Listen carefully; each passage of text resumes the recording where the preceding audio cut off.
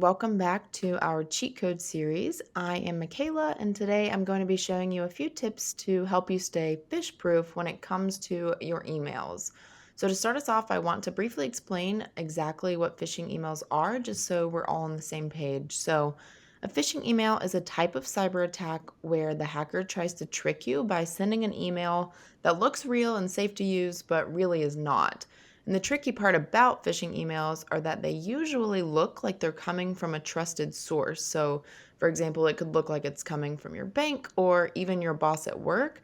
However, even though they may look real, they can be extremely harmful to your computer and to your files. There's a couple different ways that these hackers can try and use phishing emails. So, one is sending malicious files or attachments. By opening these files in the email, all sorts of malware could be downloaded onto your computer and infect all of your files. Rather than attachments, some phishing emails include links to malware infected sites that can then do the same thing as the files. So, oftentimes, the websites will also try and get you to release confidential information. That could be your password or maybe even your banking information. And sometimes the emails will just outright ask you for that secure information directly from the email rather than sending you off to a link. So, now that we've talked about what phishing emails are and what they can do, it's time to talk about what to look for and what to do if you receive one so that you don't fall victim to the attack.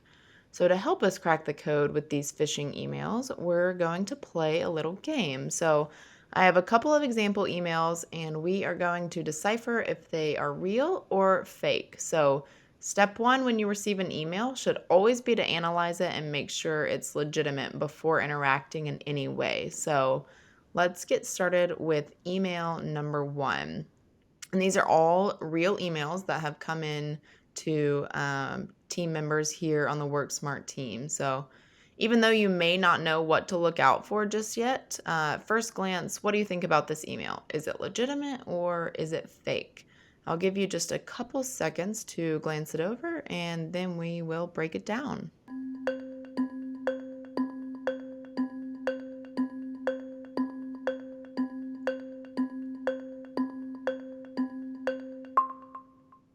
All right.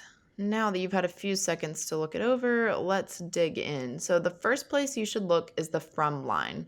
Some questions you want to think about here are: is it someone that you regularly communicate with? Were you expecting an email from this person? After that, you should look towards the domain in that from line. So, in this example, we have red flag number one.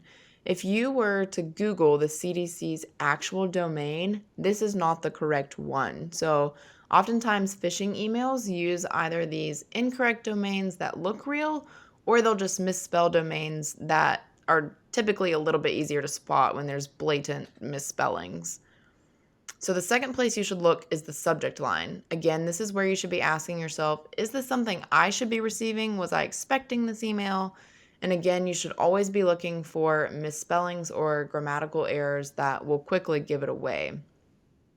So next, move on to the body of the email. So sometimes in phishing emails, the hacker will send just a graphic that attaches to a link. No text in the body of the email, just the image. That is a huge red flag as you have no context at all. They just want you to click the link without knowing where you're going. This email we have here is the opposite. It includes only text and no graphic. So what do we look for? Again, you really just need to ask yourself, is this something that I should be receiving? Does this sound like a normal communication from the CDC?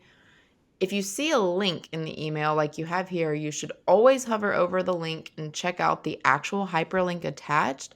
Oftentimes, hackers will make links appear as if they're taking you to something you might be interested in, but in reality, not be directing to that site at all. So, hovering over this link here, you can see that it's an extremely long and ugly link, giving off a couple more red flags there. So, after breaking this email down, we can tell that it is indeed a fake email. So moving right along to our next example, take a look at this one and try to use some of the tips we just talked about and see what you can come up with.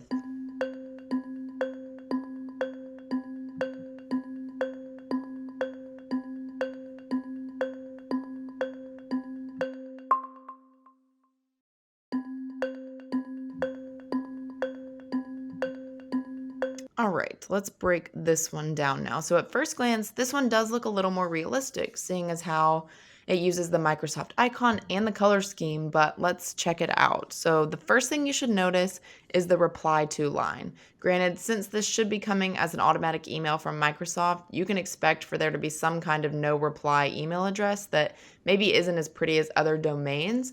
However, the big red flag here is the word Gmail in the domain. So here at WorkSmart, we do not use Gmail accounts.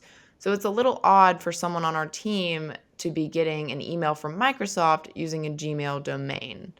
The next thing you want to notice here is the body of the email. So it looks like they were attempting to make this email a little more personalized as they were addressing the recipient, but it should look a little odd that they didn't use the recipient's first name, but rather they used their email. Definitely a good effort to make it seem personal, but it should look a little off. And as mentioned in the last example, always hover over links before clicking. As you can see here, we can see that this is clearly a phishing email and that this link would take you to a secure payment gateway rather than learning more about Microsoft Planner notifications. So, safe to say that this is indeed a fake email as well. I have one final example here. Glance it over for a few seconds and then we will break this one down.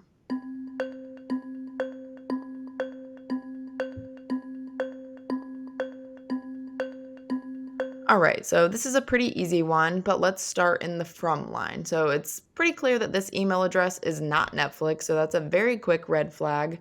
However, let's see if there's anything else that would give it away in case you maybe missed that one. So let's look at the to line.